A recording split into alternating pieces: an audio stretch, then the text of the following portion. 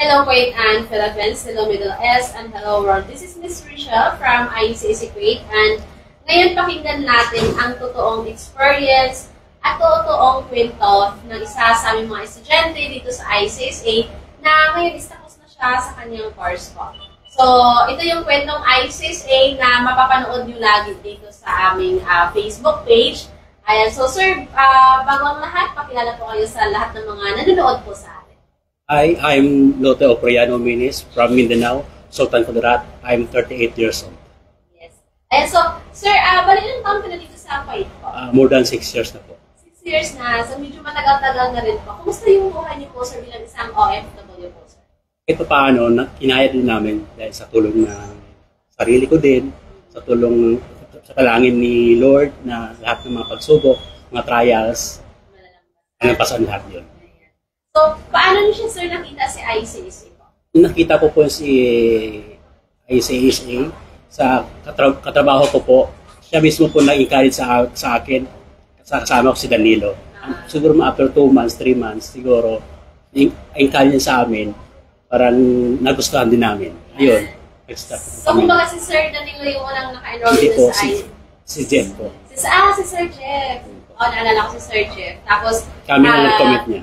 Kayo kaagad ni Sir Danilo yung nag-enroll. Po. Ayan, so, sir, bakit niyo napili yung Human Health and Social Care na course po? Gusto ko po kasi para sa sarili ko din, makatulong sarili ko in the future, lalo sa mga magulang ko po. And so, sino po yung nag-motivate sa inyo, sir, na tapusin yung course niyo po? Kasi, hindi, alam naman talaga natin na hindi biro yung pagiging isang OFW, no? Kasi, sa 6 years mo dito sa Kuwait, for sure, ang dami mo nang napagdaanan. Kumbaga, kasi syempre 6 years, mahabang panahon na yun na malayo tayo sa pamilya. And yung trabaho natin, alam naman talaga natin na hindi siya basta-basta. Kasi parang sa ano kayo nag-work sa spa or something? Okay. Ayan, so, di ba? So, alam natin, alam ko yung bilang isang OFW na hindi siya ganun kadali yung buhay na. Sino po yung nag-motivate sa'yo? Motivate ko din, lalo sa sarili ko, ang parents ko, kung paano tatapusin yung course na to. In the future, para sa sarili ko din.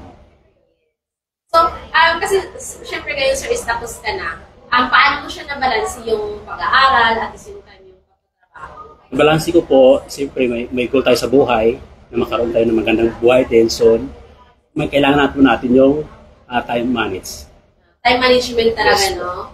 Kasi bilang isang OFW, may kanya-kanya tayong mga priorities sa trabaho natin, sa pamilya natin, at kailangan talaga natin i-manage yung oras natin para ma-fulfill natin yung mga goals natin in life, yung mga plano natin sa buhay natin. Kasi kung hindi natin na-manage yung oras natin, hindi natin nagagawa ng paraan na, okay, dito sa time na to dapat dito siya. Kasi once a week yung day off natin, swerte na lang kung 2 beses ka nag-day off sa isang linggo. So, sir, ano yung impact sa iyo ng course na to? Yung impact sa akin ng course na to, marami akong natutunan. Una po doon yung paano kumuha ng BMI, sa yung vital sign, like blood pressure, and ano po anong mga sugar blood. Yes, yung basic skills mga lang basic isang skills, caregiver. Oo, kasi kahit sabihin natin basic skills siya ng caregiver or caregiving or healthcare assistant, napaka-importante siya kasi hindi lahat marunong. Hindi lahat may skills kung paano mag-assist ng pasyente, paano kukuha ng BMI or blood pressure, and of course, paano mo i-assist yung sa first aid. Kasi napaka-importante yun, di ba, yung sa first aid. Paano mo siya i-assist yung pasyente mo, lalo na sa communication natin. Kasi minsan, nakakasama natin yung tao. Okay, every week natin siya nakakasama, pero kung hindi maganda yung pakipag-communicate natin sa tao, hindi rin maganda yung pag-relasyon, kumbaga, bilang isang pasyente or magkatrabaho, di ba, or magkaibigan. So, dito is tinuturo din ni Sir Mark Kevin, yung communication, tamang pakikipag-communicate sa pasyente. Kasi number 1 talaga yun na kailangan natin matutunan. Number 1 na skills yun. Kasi kung hindi tayo marunong makipag-communicate sa pasyente natin, hindi natin magagawa ng maayos yung trabaho. Yes. So, ano yung magiging advice ni po, sir, sa lahat ng mga nanonood ngayon sa live na to? Kasi syempre live tayo and ito talaga is totoong kwento mo bilang isang estudyante dito sa ICAC at bilang isang OFW dito sa Kuwait na ngayon tapos na sa pag-aaral dito sa Diploma. Sa nanood ngayon sa mga OFW gusto po magpag-aral na hindi nag-aaral dito sa Pilipinas, magkaroon po ng sariling diploma, ito po ang chance nila mag-aral para magkaroon po kayo ng sariling diploma. So, po, malay mo, paano natin yung mga kaharap sa buhay, yung mga goals natin, ma-achieve po natin lahat yun. Kailangan po natin yung sarili natin. Yes. Aral muna. Kasi lahat naman tayo may pagkakataon, may opportunity na mag-aaral. Kailangan lang taga natin siyang simulan.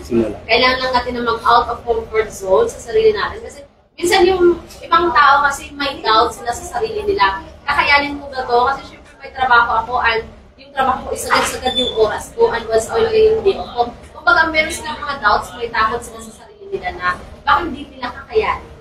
Diba? So, yun, si Sir Lothar yung patunay na bilang isang OFW, kahit isang OFW, pwede tayong makapagtapos ng pag-aaral at may opportunity tayo na baguhin yung buhay natin, magkaroon ng mas magandang kinabukasan.